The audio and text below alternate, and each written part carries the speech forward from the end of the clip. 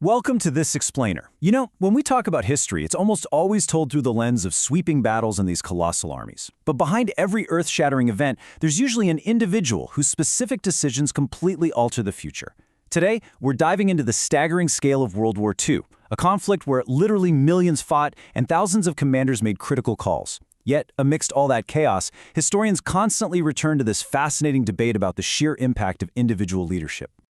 So, could one single person truly change the course of an entire war? It's a huge question, right?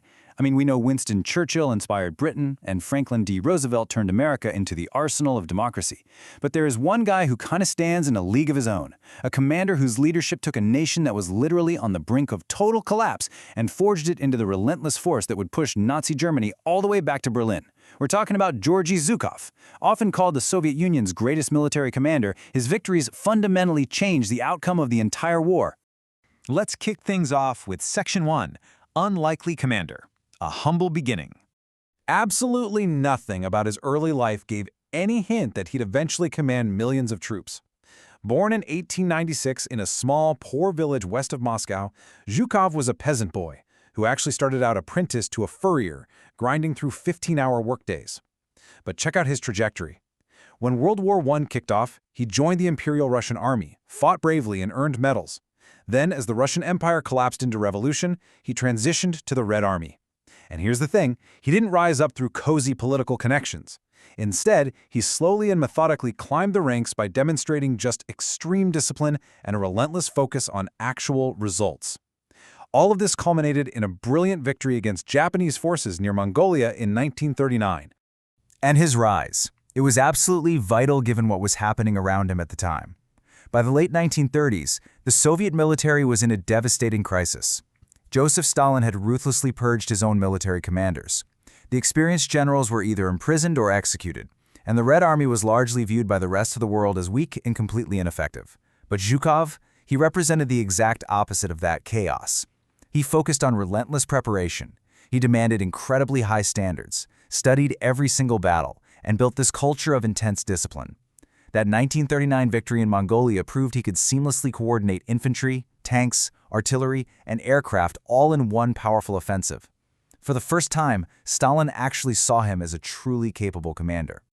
All right, let's move to our next critical moment. Section 2, Saving Moscow, Defending the Capital. Picture this, June 22, 1941. Nazi Germany launches Operation Barbarossa, which remains the largest military invasion in human history. We are talking about nearly 3 million German soldiers, thousands of tanks, and skies just full of aircraft.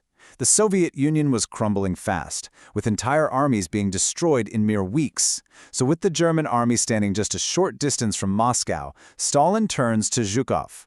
Just think about the unimaginable pressure he was under. But instead of panicking, Zhukov remained completely calm and deployed highly specific defensive tactics. Once Soviet intelligence confirmed Japan wouldn't attack from the east, he immediately brought in fresh, winter-ready Siberian divisions. He ordered everyone, soldiers, engineers, everyday civilians, to start digging trenches and building anti-tank barriers all across the countryside. He basically let the German forces exhaust themselves in the freezing temperatures, and then, in December 1941, he launched a massive counteroffensive. That massive counteroffensive pushed the exhausted German army backward, handing Hitler his first major strategic defeat. The impact of this literally cannot be overstated. The victory at Moscow shattered the myth of German invincibility. It wasn't just a tactical win. It was a massive psychological shift for the entire world. This supposedly unstoppable army had just been stopped dead in its tracks. But of course, the war was far from over. This brings us to Section 3, Stalingrad, Turning the Tide. By 1942, Germany shifted its focus down south toward the oil-rich Caucasus, zeroing in on the city of Stalingrad. Hitler wanted a devastating psychological blow, and that set the stage for one of the most brutal street-by-street battles in human history. But look at Zhukov's macro strategy here. While soldiers were fighting building to building, he zoomed out. He noticed that the German forces had stretched their supply lines way too far, leaving their flanks protected by much weaker Allied armies. So, instead of a strong frontal assault, he launched Operation Uranus. It went like this. Step 1, let the enemy stretch their lines. Step 2, strike those weaker flanks with 2 massive offensives. And Step 3, meet behind the German forces and trap them completely. It was an incredibly bold gamble. And that incredible gamble resulted in a staggering 250,000 Axis troops trapped right inside that pocket. Despite their desperate, frantic attempts to escape, they remained completely surrounded until the German commander finally surrendered in February 1943. Germany lost one of its absolute finest armies in one devastating blow. And from that exact moment onward, the momentum of the war permanently shifted. Which leads us straight into Section 4, Kursk, defeating the offensive. So Hitler desperately wanted to regain the initiative. He planned what would become the largest tank battle ever fought at Kursk in July 1943. But Zhukov had carefully studied the German preparations, and here is where his unique genius really shines through. Rather than rushing into a premature attack, he advised waiting. He ordered millions of mines to be laid. He built deep, extensive defensive belts and carefully positioned his anti-tank guns. He literally just waited for the massive German tank assault to crash into his defenses. The German tanks advanced at a total crawl through the minefields and heavy artillery.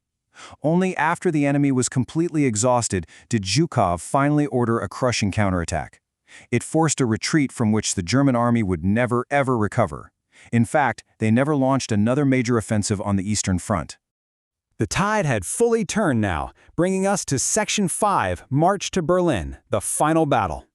Throughout 1944 and into 1945, Zhukov was operating on an absolutely unprecedented macro scale. He coordinated these enormous offensives involving millions of troops, perfectly synchronizing logistics, artillery, armor, and infantry. Soviet forces steadily pushed westward until they stood at the very gates of Berlin. The final street fighting was incredibly fierce, requiring determined effort for every single city block. But the German resistance ultimately collapsed. On May 2, 1945, Berlin fell. Days later, Germany surrendered unconditionally, officially ending the war in Europe. And standing right there among the victorious commanders was Georgy Zhukov. So why does all of this matter to us today? Let's move to our final section, Section 6, Leadership Lessons, Why Zhukov Mattered. How exactly did one man achieve this unbroken chain of victories, from saving Moscow to trapping a whole army at Stalingrad to absorbing the massive blow at Kursk, all the way to taking Berlin? Well, it wasn't just luck. It was a rigorous methodology. Here's a leadership blueprint we can derive directly from his campaigns. First, preparation over talent. He truly believed success came from careful planning, logistics, and training, not just raw ability. Second, calmness during crisis. When everyone else was panicking at the gates of Moscow, Zhukov just tuned it out and focused purely on practical solutions. Third, patience as a strategic advantage. Like we saw at Kursk, waiting until conditions favored success is a devastatingly effective tactic. And finally, teamwork wins great challenges. Zhukov always depended on the combined efforts of millions of soldiers, engineers, and workers. Great leaders inspire ordinary people to accomplish extraordinary things. Which brings us right back to our opening question. Now, no single individual won World War II alone. It was an immense, collective sacrifice by millions. But the story of Georgy Zhukov proves that exceptional leadership, deep preparation, and the ability to think clearly under immense pressure really can alter the outcome of critical historical moments. He inspired perseverance when hope seemed entirely lost. So, what do you think? Does history truly turn on the actions of one remarkable individual? Keep that question in mind as you reflect on these staggering events. Thank you so much for joining me for this explainer. Keep analyzing, keep learning, and I'll see you next time.